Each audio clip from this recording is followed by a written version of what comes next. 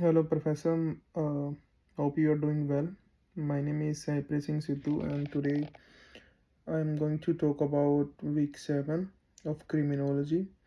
So, week 7 mainly basically describes about what is like how critical criminology looks like, what is behind the criminal activities, how criminal gets punishments, and who mainly get benefit from the punishments by the of a to the criminals. So this week describes us about justice system of criminal activities.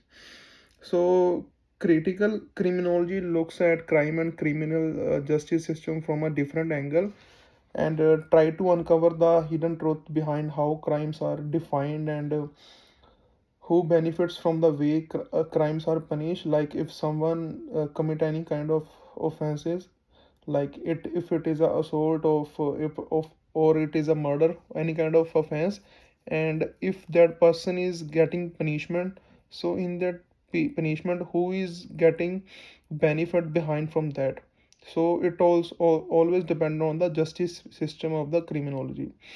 So it argues that crime cannot be easily understood as a good or bad thing, because there are many factors behind every crime.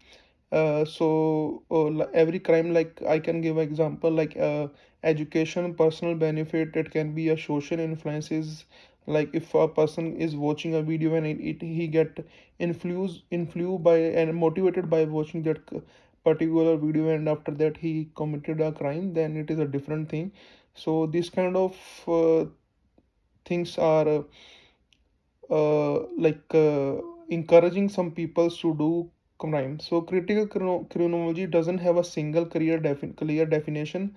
So at Rachner point out, it is difficult to pin down what is criminology, because any criminology that challenges power factor structures or questions how society works can be seen as part of criminal critical criminology. There is not a like fixed list of what include, and what are debates it are ongoing.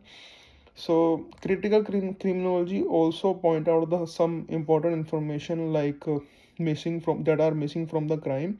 However, there are some kinds of ideas and future directions that can be being explored to improve how we understand the criminology. So one major issue is criminology is gender.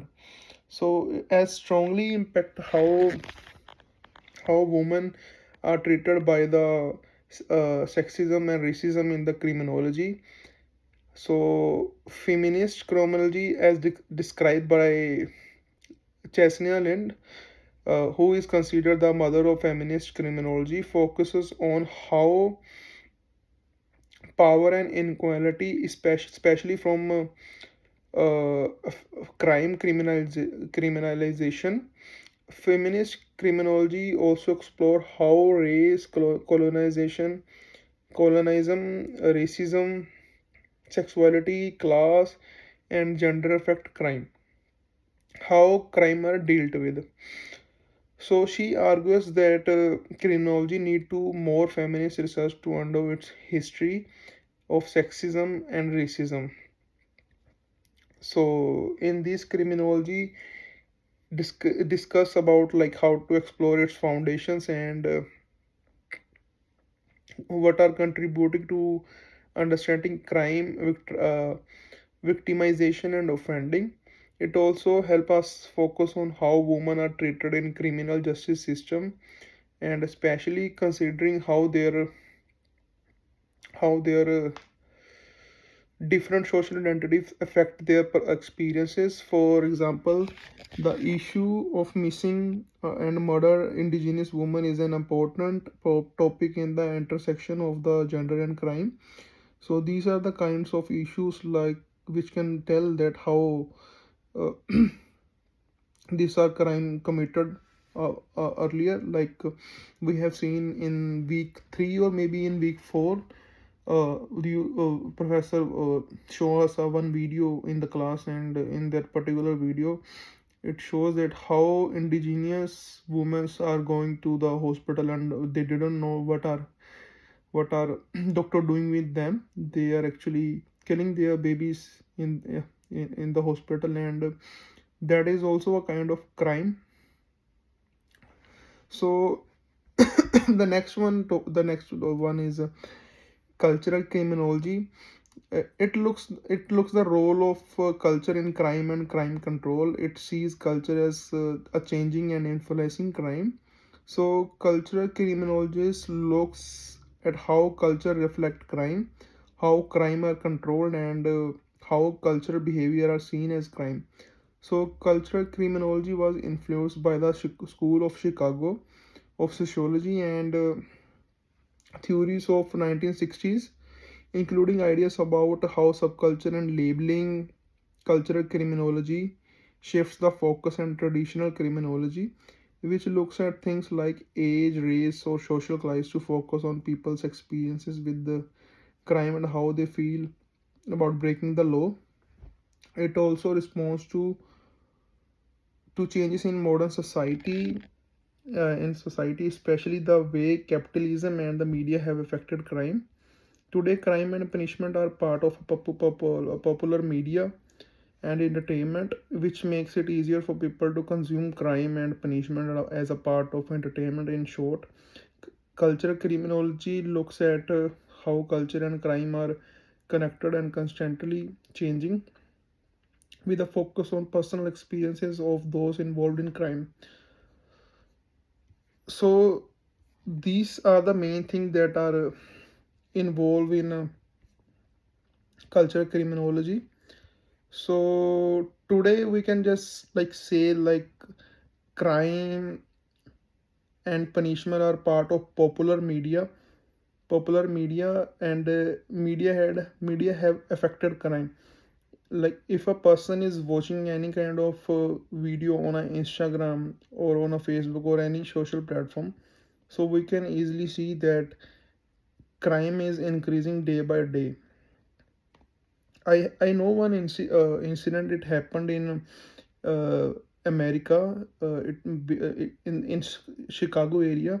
So there was one boy. He was maybe 19 years old, and he killed a one person on the road by stabbing him by a knife. So he killed that person. So after that, when he got arrested by the police after 2 hours only. So when they asked him why he killed that person, so it was very shocking, because when they get to know, the boy told them that he killed that person because he watched one movie, and in that movie he get inspired by a person, because that particular person was saying that whenever we kill a person we get a one feeling that is very fantastic, and whenever we kill someone we get dive into that fascinating feeling, and it is very good for that person. So from him he got expired and he killed that particular person to just to get that particular feeling. So these kind of things are motivating young people as well as some people who are not aware of these things, and they are killing a person without any logic and without any hate or racism. So as I talk about feminist criminology also, so throughout this discussion all about like cultural criminology, or if it is a feminist criminology, it's need a thorough discussion to explore its foundation and as well as contribution to understanding crime, victimization as well as offending. So it this chapter also help us to focus on how women are treated in the criminal justice system, as well as especially considering how their different social identities affect their experiences.